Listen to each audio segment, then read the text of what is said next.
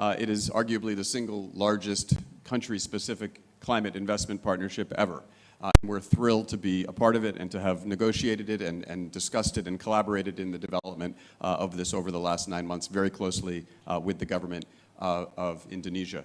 I think the combination of today's announcement by our heads of state and yesterday's announcement of the Energy Transition Mechanism country platform are a clear sign that the government of Indonesia truly is committed to an expedited energy transition driven by good economics, strong investment, and a prospect of a cleaner and more sustainable future.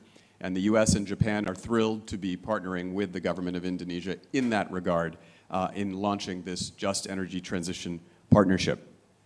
Along with our co-leads, Japan and the broad international partners group, which consists of G7 countries plus Denmark and Norway, over the next 6 months, we will work with Indonesia to develop a comprehensive investment plan that seeks to peak power sector emissions over 7 years earlier than previously scheduled, doubles the rate of renewable energy deployment in the country, and supports Indonesia in the goal, as established in today's joint statement, of moving forward its target for being net zero in the power sector by a full 10 years, from 2060 to 2050. These are significant, meaningful aspirations and targets that have been set jointly by our leadership in the context of this joint statement, and that's the ambition that we're seeking to support.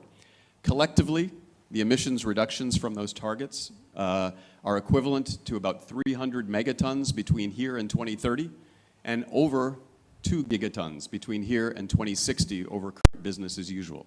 And just to put those numbers in perspective, 300 megatons is the equivalent of taking half the US passenger cars off the road for 1 year, and 2 gigatons is equivalent to about 15% of global power sector emissions in any given year. So these are globally significant numbers that we are partnering with Indonesia to achieve and providing the finance to support that ambition. We have partnered with the World Bank, the Asian Development Bank, the Climate Investment Fund's Accelerated Coal Transition Program, and benefited from the work of so many, including the International Energy Agency, whose advice, counsel, and data and analysis really helped us arrive at the ambition set forth in this announcement.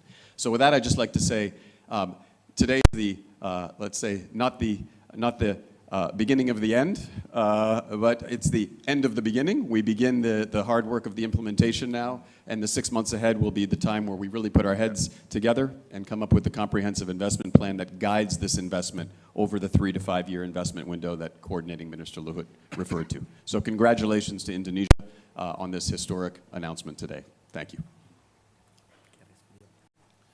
Yeah, please, if you have any question, please. Oh yeah, sorry, John Kerry is supposed to be here, but he couldn't make it because he's now in Sharm el-Sheikh in Egypt, yeah. I'm here at COP27 in Sharm el-Sheikh, but I want to congratulate everybody with respect to the Jet P that is being announced today for cooperation with Indonesia. And I thank President Jokowi for his extraordinary leadership, Minister Luhut and other ministers, all of whom have come together to create this platform. This is one of the most important agreements that has been reached in the entire year since Glasgow. It's going to have a profound impact on helping the people of Indonesia be able to be to a clean economy and set an example to the world. So congratulations to everybody involved in this.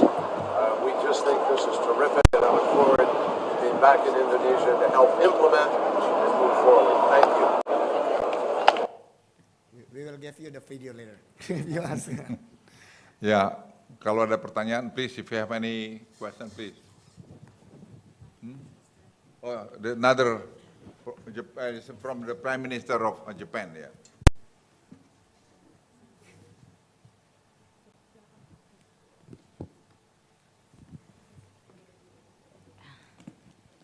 Okay, please. Yeah. Yeah.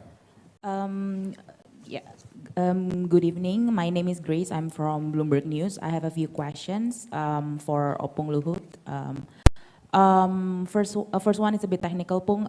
Following up this financing, is there any details on the coal-fired plants that will be retired by this funding, through this financing? And then for the distribution, funding distribution, how much is the portion of the debt and the grant? And is the interest rate low enough, beneficial enough for us?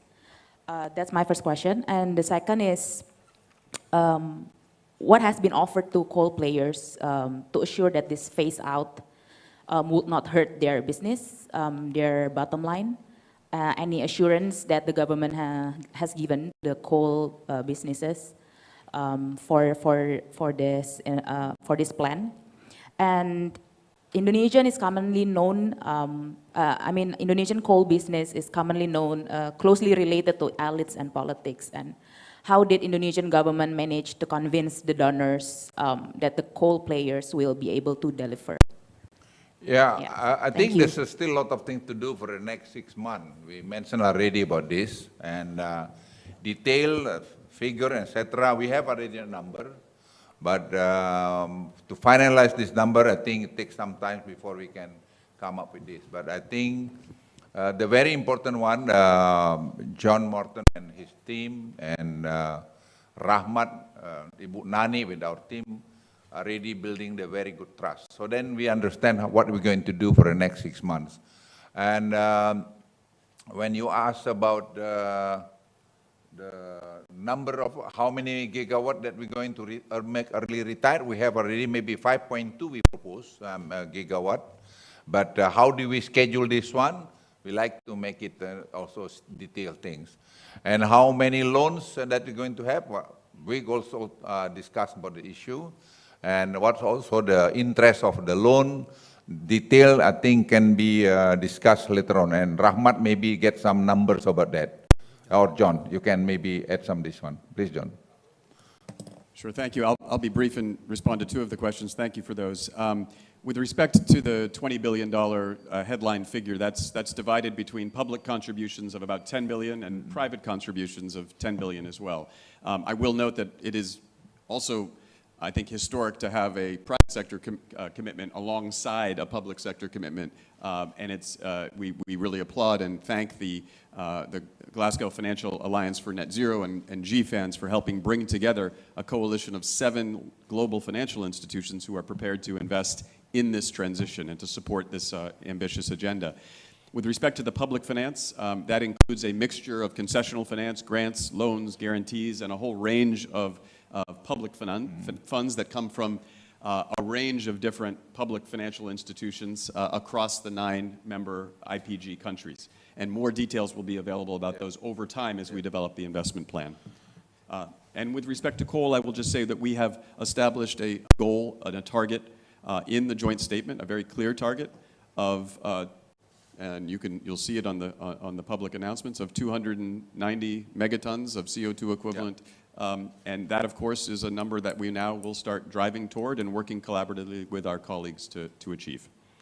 Whatever we are going to do, one thing that I make also on the criteria, we're not going to disturb our economic growth. This is, I think, very important things, you know, so that we have to be careful also to do it. So we have to do it right. So it's not easy job, to be honest to all of you, because job creation and also about many things. But we look at the balance of this, we are pretty confident also because trust between us, I think, is already there, and John Morton and my team, they are working hand in hand, and my communication also with Pak John Kerry also going very well. So I don't know how many times we make a telephone call, and maybe Zoom and meeting in order to come up with this situation today. So we are pretty confident that we can achieve this target. Like John Morton explained, the number of carbon emission that we can reduce by doing this, and etc. Yeah, siapa lagi? Maybe one more, Pak, because we have to ahead. go after. Siapa? One more. Yeah. Selamat sore, Opung. Andi Pung dari Kata Data. Ya. Ada beberapa pertanyaan yang mau aku tanyakan. Pertama, tadi kan terkait pertemuan sesi pertama itu kalau dari jadwal jam makan siangnya agak sedikit telat ya Pak. Kalau kabar yang beredar karena setiap kepala negara itu ngambil waktunya 3 oke. Kalau gitu yang yang ini aja. Kalau gitu untuk yang pertama itu kan yang untuk GWK deh Pak, boleh nggak Pak? Pertanyaan soal GWK. Nah, pertanyaan fokusin aja. Yang usul Fokus. Jepti. Fokus ya Jepti ya, please. Permisi Pak. Ya, selamat sore Opung. Saya ingin bertanya tentang untuk climate change, new energy transition. Nah, di sini apa yang Indonesia sepakati untuk mewujudkan energy transition ini? Terus, apakah ada kesepakatan antara Indonesia dan negara-negara global lain, misalnya Tiongkok, untuk mewujudkan energi atau transformasi energi ini? Terus apakah ada proposal yang dibawakan atau proposal yang ditawarkan setelah G20 ini, apakah ada investasi dari Tiongkok ke Indonesia yang baru? Terima kasih. Kalau ini tadi kesepakatan ini, tadi Jepti itu anggotanya G7, plus dengan 2 Denmark dengan Norway. Ya. Dan ini angka $20 billion itu dari mereka. Saya kira ini satu hal yang luar biasa. Jadi yang pertama di dunia yang dalam size seperti ini besar, tadi John Morton sudah jelaskan. Dengan Cina kebetulan belum ada kaitan dengan ini. Ya. Silakan yang lain. Ya. Satu lagi please on topic. Ya. Thank you. Europe is going back to firewood. Can you? Yeah. Europe is going back to firewood. That's a fact. It's not a speculation. And considering the geopolitical context and the pressure on the energy market and the impacts of these two on the inflation, do you think this arrangement will ever work? Can we have your views on this? How would this work? Well, our responsibility, to be honest to you, Wahyudi, is to the next generation of Indonesia. That's, I think, very important. So we have to do it, gradually, but we have the timeline. And I think understanding between the US side and the team and Indonesian side really in the level of trust very high.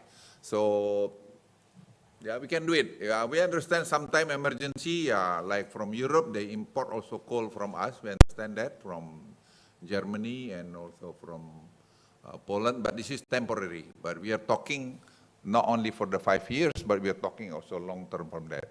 So we understand also that we have a lot of our coal fire, but you should also check to take to your consideration that we have 437 gigawatt of renewable energy potential. So if we can exploit this one, or we can build like geothermal, we have like 29,000 megawatt, and we can go with the hydropower, we go the wind, we can go also tidal, we can go many area of renewable energy in Indonesia. So we're going to sign, for instance, with Adia from the Abu Dhabi, and geothermal project with the Pertamina, for instance. This is, I think, I don't know the size, I don't remember, but it's like maybe 2-3 gigawatt. Something like this we're going to explore, So when the G20 countries offer this one, we can, bring some projects like geothermal in Central Java, or maybe in Sumatra, maybe in NTB, maybe in Sulawesi. So there are so many things that we can do. 437 gigawatt is not a small number, small size. I don't think that we have enough $20 billion for that. We still more room to go, but at least we begin with this $20 billion. Maybe you want to add? Anything? Just briefly to say, I would echo everything that Coordinating Minister Luhut said. Indonesia, if you look at a resource map of the world and you look at where a convergence of resources, including sun, solar, tidal, geothermal converges. Indonesia is blessed with these resources. And in most countries around the world right now, in the vast majority of countries, renewables are cheaper. Yeah. And so our job is to help expedite that transition in a way that is consistent with this country's economic development, environmental and industrialization goals. And I think we see a promising path forward here, which this partnership helps launch today. To all Indonesian media, I'd like to add, we are very rich, very rich country. In a way, yeah, we're talking about the renewable energy, but in the same time, also we have the second or third largest forestry globally. We have also mangrove, the largest mangrove on earth, and also the peatland and some others. So you put this together, also the depleted reservoir. So you put it all together, this country is very, very rich. You just need to manage. So I like to tell our Indonesian people, hey, let's go work together. Trust to your leader that we can achieve this one. And we are very, very happy, grateful also the support of the US in this regard, because this is very important. Sometimes we need to do something, but we need finance and technology. And now we get the finance, we get the technology, we just have to structure and to schedule this one. And we have also the smart people in our country. They're not easy. Nobody can outsmart them, I promise you. And I think John Norton experienced that one.